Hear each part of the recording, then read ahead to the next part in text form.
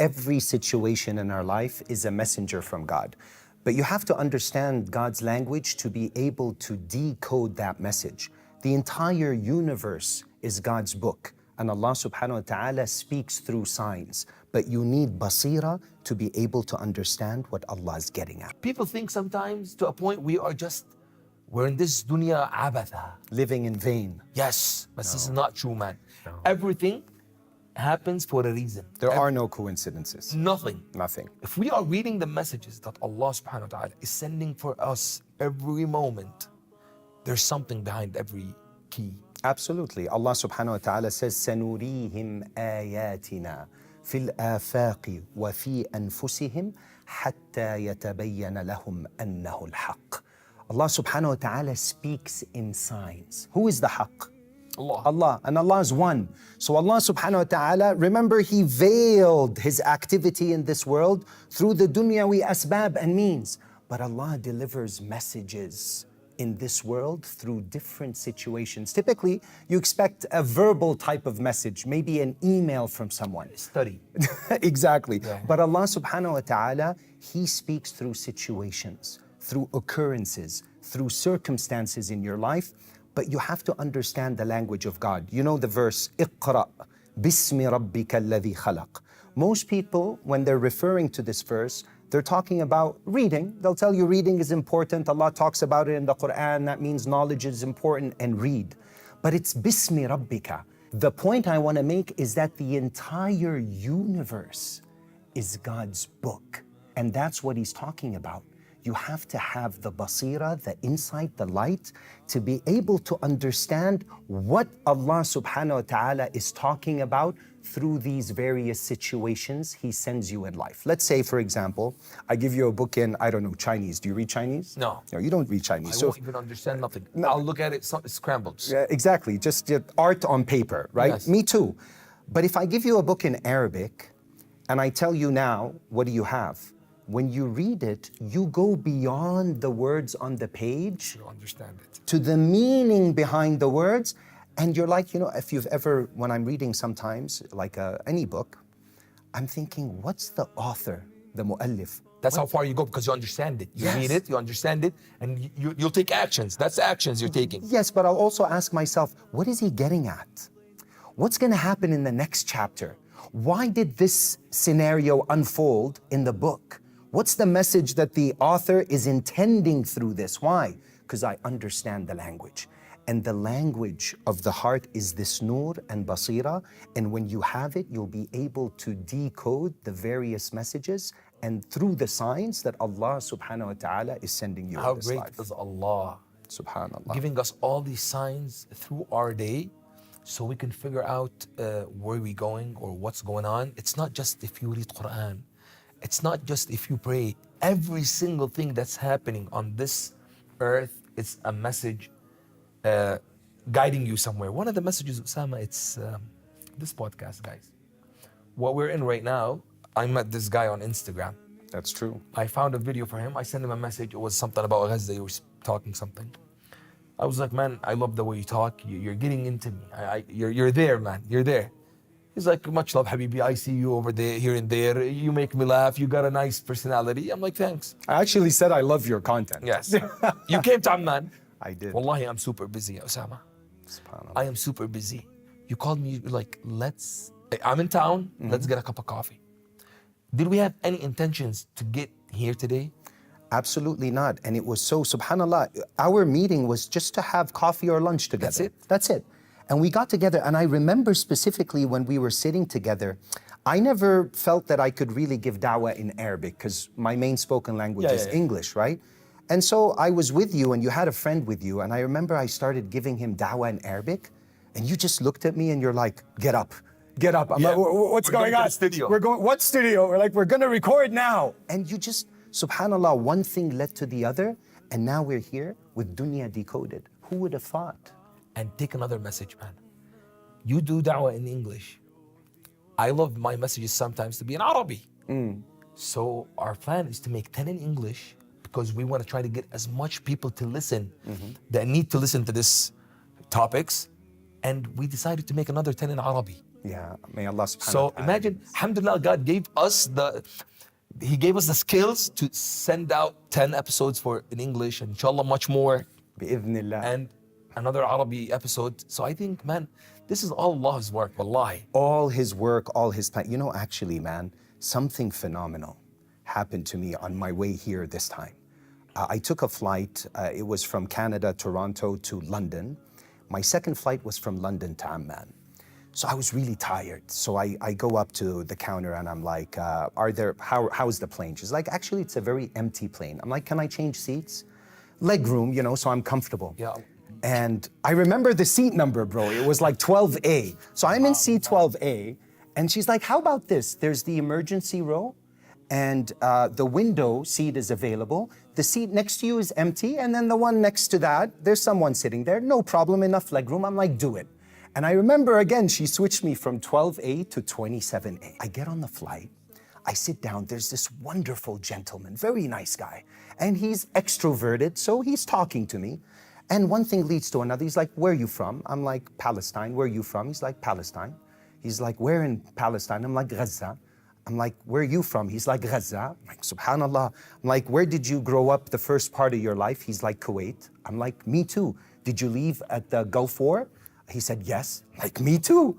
And then I'm like, what did you study? He's like, electrical engineering. I'm like, get out of here, man. Come on. I studied electrical engineering. I did civil engineering. It's too much, man. There were so many similarities. Anyways, I ended up getting some rest and he got some rest. We get off the plane and he asked me, what do you do? I said, content creator, but I didn't give him too many details. The passport control was packed. And it was gonna take us at least half an hour before they were gonna check my passports. And he was standing right behind me in line. And we were also having a conversation. The two people in front of me, they're talking to each other and they have their phone open. And then they go, excuse me, are you Ousama? And they're pointing at one of my TikTok videos or Instagram videos. And I'm like, yeah. They're like, no way, man, this is so weird. I'm like, what? They're like, we spent the entire night binging on your content and watching your content. Anyways, can I take a picture? You know, typically fans sometimes after passport control. I said, sure. So Mu'taz, who was with me, and I can say his name, but I won't say his family name, he became curious. He's like, now I need to know who you are. Can I get your Instagram handle? I give him my handle, he looks me up, and that led to us talking a little bit about Deen in the line as we were waiting for passport control. And I felt like he really needed to hear some of maybe what I had to say. But he's a great guy. He seemed like a guy with such a pure heart. We get to passport control, it's over. We go to get our bags, we grab our bags. On our way out, you know that last section before you leave where there's like, they check your luggage right before. Some guy comes to us and he's like, where are you coming from? Like Canada. He's like, right this way to both of us because we're walking together. He checks our bags. He's a very nice guy. We go through the, security process. Then he goes, thank you very much. Have a nice day. He hands me over my passport. And then I'm like, okay, Mu'taz, here's my number. Stay in touch. Salaam alaikum, salam alaikum. And I leave. And you're out there having that wedding party, right? Or whatever it is. It was beautiful, by the way. I had a grand reception by you. Jazakallah khair. But then after you drop me off to the hotel, I get a message from Mu'taz. You know what the message read? He goes, you have my passport and I have yours. The guy at the security swapped passports by mistake. And I'm sitting there thinking, Ya Allah. He goes, and is your father Iyad? And is your mother Naila? I'm like, yes. Allah yarham. He goes, Allah yarham. He says, when I got to my mom, I told her the story and she recognized the name. And then she asked me and I checked your passport and it said your mother's name was Naila and your father's name was Iyad. So, and she went to school and taught at the same school as your mother did in Kuwait and Fahil. I'm like, no way, man. Subhanallah. What's Allah getting at? Think about it from the beginning, changing my seat, talking to the guy, the two that were in the line, him knowing that I'm a social media or content creator. One thing, the swap of the passports, all of that can't be a coincidence. Deep inside me, I felt like the story's not over. We ended up meeting, swapping passports and talking a little bit about Deen and other things. But I think it's gonna lead to, the chapter is not over, the whole story is not over. But these things, there are no coincidence, man. everything happens for Whether a reason. it's khair or shar. Whether it's khair or shar. But the thing is with khair and shar, you have to be careful. The book of destiny, one of them in the Quran is referred to as Ummul Kitab, the mother of books. A mother typically gives birth to what? To children. So it's like every situation you face in life, you have a decision usually. Not all of them, but many of them you have to decide. Maybe to do good or do bad. It's as if every decision you make opens up a new book of destiny based on the choice you made. It's like Allah subhanahu wa ta'ala wrote all the scenarios.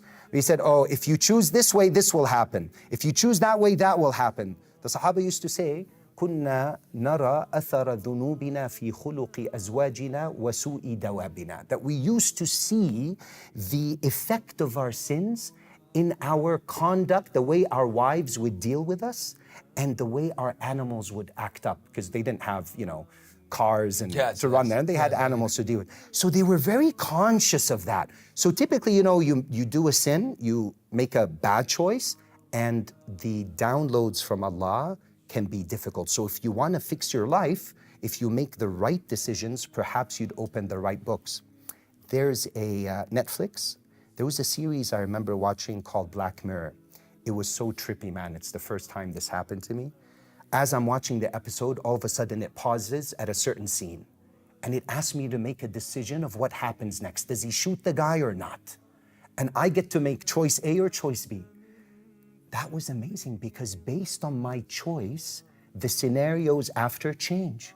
So the person that wrote the script, he wrote all the possible scenarios, but based on my choice, the situations that follow changes. So you have to be very careful with the decisions you make. If you're constantly making the wrong decisions that displease Allah, you're going to be faced with certain books of destiny that are not too good.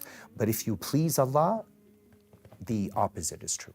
I think this is a gift from Allah, Ousama. Everything that's God giving us from messages that He's putting through our way, to me, to Diya today, how he sees it, I see it beautifully set in place, whether I like it or I don't. And even Ousama, there's a saying that said, if you could see the future, you would have chose what God gave you bilhal, in the at present. the moment. Yeah.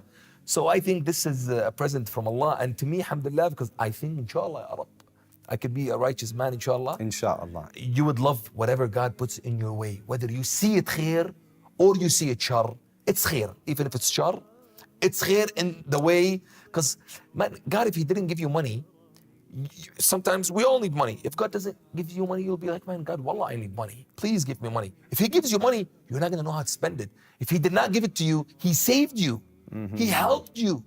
God helps us in every single thing that we make in our days. Absolutely. And that, obviously, that is if you're a good person in general, right? Because for the non-believers, it could be a type of punishment. For someone that's far from Allah, He can send him difficult situations that are khair. But why are they khair? Because they're going to bring him back to the deen. That's the point, to always bring you back to Allah subhanahu wa ta'ala before it's too late, before they exit, right? Before you leave this world. But there's also the saying that اتقوا فراسة المؤمن فإنه ينظر بنور الله. So when you have that insight, you really are able to decode things in life. There's a hack where we have to understand that Allah has 3 types of commands. They're called awamir al-juhd, awamir al-shara, wa awamir kawniyya. Who controls the heavens and the earth? Allah subhanahu wa ta'ala. When you fulfill the commands of Allah that are related to making an effort in your deen, what happens when you make an effort on your deen? Your iman strengthens. Yes. So now you're motivated to stay away from the haram and to obey Allah. So what are you going to fulfill? The commands of the Sharia. الدنيا إما مسخرة وإما مسلطة. Dunya is either subjected to you, it's under you're going to have good things happening to you from dunya, it's serving you, or it's going to be set against you. How? If you fulfill the commands of Sharia that Allah has on this dunya, الدنيا أوامر الكونية kicks in and it becomes musakhara. It becomes subjected to you. The earth, you walk on it. right? The oceans, they're there to serve you, the skies, the sun, the moon. Yes. But the minute you begin to fall short on the commands of Allah, what happens? The dunya becomes musallata. Now that same earth, earthquakes. Yes. The same water, tsunamis, fires. All sorts of bad things can happen. Why? Because we didn't fulfill the deen of Allah subhanahu wa ta'ala. So the commands of the effort, the commands of Sharia, and the commands of the universe. Fulfill the commands of the effort, your iman strengthens, you're able to fulfill the commands of the Sharia, Allah becomes pleased, and Allah subjects the entire universe, and you become truly Khalifatullah on the earth. So everything is happening for a reason. Everything You is wake up in the morning for a reason. You go to work for a reason. You meet the people that you meet every day for a reason. You go to the gym for a reason. Yes, I do. Yes, absolutely. You do, man. You do. Yes, So yes. everything is happening for a reason.